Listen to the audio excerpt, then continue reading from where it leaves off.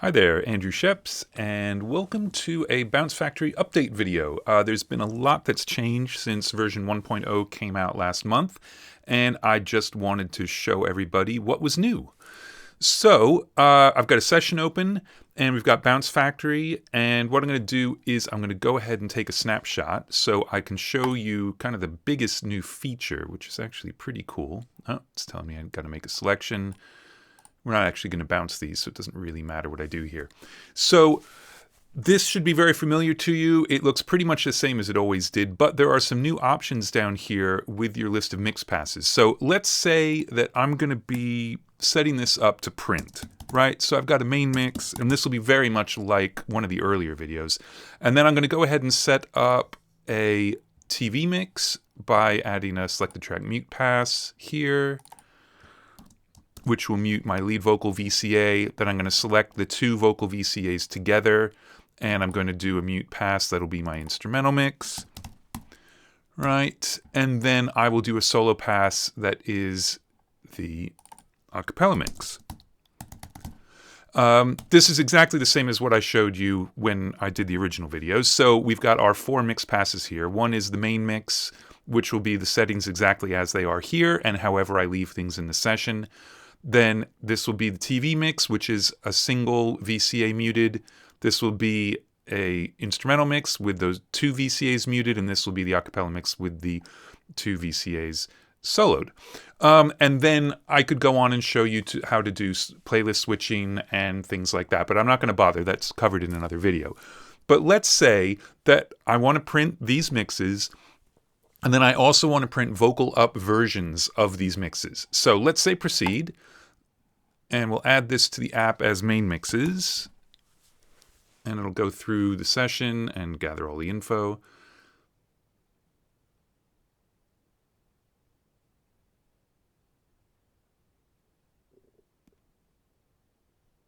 I suppose I could just talk while it's doing this. No, we'll let it go ahead, because I do have some other features I want to talk about, but it's easier to show you as we go here.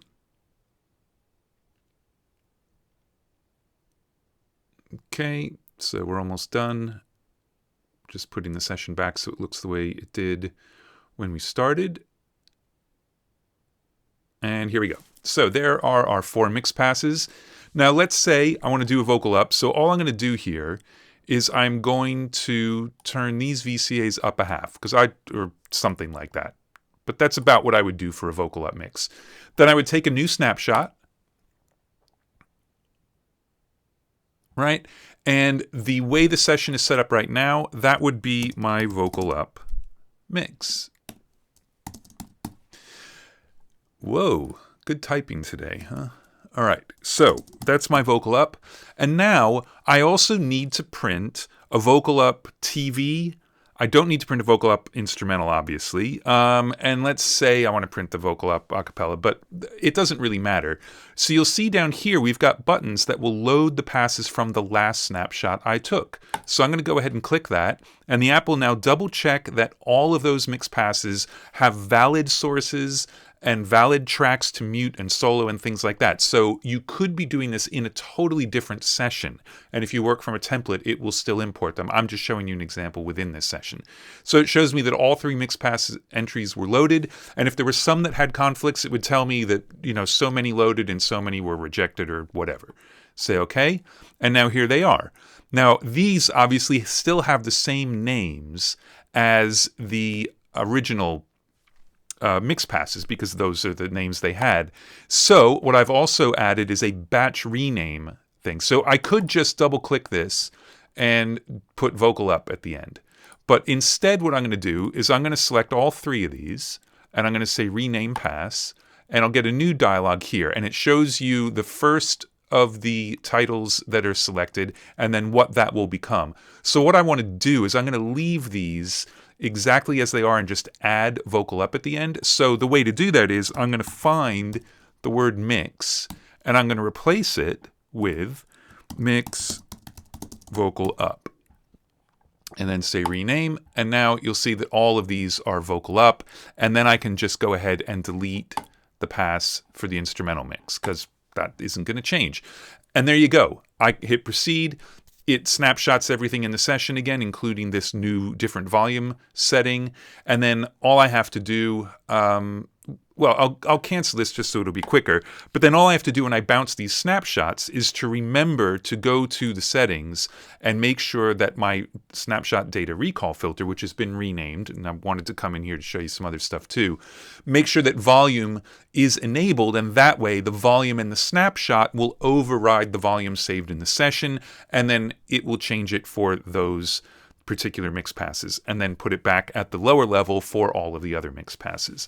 The app is also much more organized about bouncing in order so that your main mix pass always goes last. And what that should do is it should leave the session the way it was set up for the main mix pass. Now, if you have multiple snapshots, obviously it'll be the main mix pass of the snapshot that gets bounced last. But your session should be very close to how you had it when you started. Another thing I wanted to point out is you may have noticed if you watch the other videos that there is some stuff missing from this page.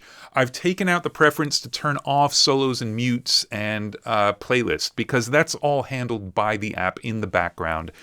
If the app needs to change the solo or muting to do an instrumental mix or an a cappella, there's no point in letting you turn that off. If you have those extra mix passes, you need it on, so it's always on if you need it. That's all done under under the hood, so you don't need to control that anymore.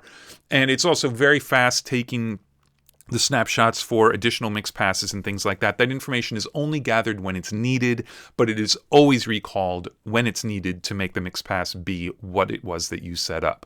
So that's what's in there. There are a couple of other things here. We'll go to the Take Snapshot real quick. In Pro Tools 22.4, which was released a couple days ago, they lifted the 50 character limit for MP3s. So I'm now running that version of Pro Tools.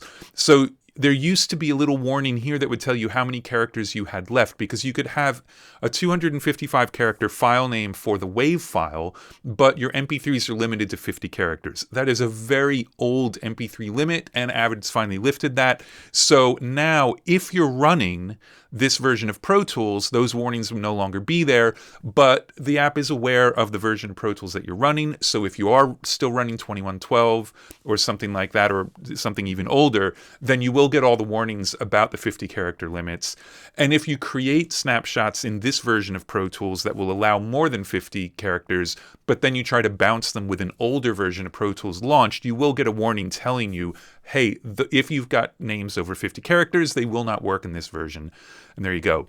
While we're in the MP3 settings, I also want to show you I've added preset buttons. So if you are somebody who exports MP3s and there are a few different genres you use, like why you would use anything other than booty bass is beyond me, but whatever. You now have presets for saving all of the settings inside of the MP3 dialogues, and those are shared with the bounce and the export MP3 settings. So you can set up a preset in the bounce MP3 settings and then recall it in the export MP3 settings. There are some very small additions to how stuff is recalled. If you recall from the last snap or from one of these presets, it used to be that it would not recall the mix source because that would be different for every session you print. But a lot of us do work from templates and we're always bouncing the same sources. So now when you recall all of these presets, it will recall the mix source and it will also recall the destination track. So if those are things you have in your template, they will be recalled. If you try and recall the preset and this source is not available or that destination track is not available, it will just set it to clip list instead of destination track, or it won't change the source from whatever the current setting is. While we're here, I also want to point out that you can save and load sets of mix passes to files. So let's say that the instrumental a cappella and TV mix are a standard set of mix passes you have to print all the time, and you do it using VCAs that are always in your template. You could set up those 3 extra passes and then save those passes to a file. Then you could have a separate set of mix passes that was set up for printing stems, things that are the same based on your template. You could save those as a stems file, and then you can load them individually. You could load either or both of them into the snapshot you're taking right now. So it doesn't have to only load from the last snapshot you took, but you can save little sets of things that you do often and then just load them as you go. And I think for post-production, that could actually be really good if you've got different sets of delivery requirements, or you need to do them in different batches based on which session you're bouncing in, anything like that. You can save all of those preset mix passes to a file, so you could load up 200 mix passes if that's something you do.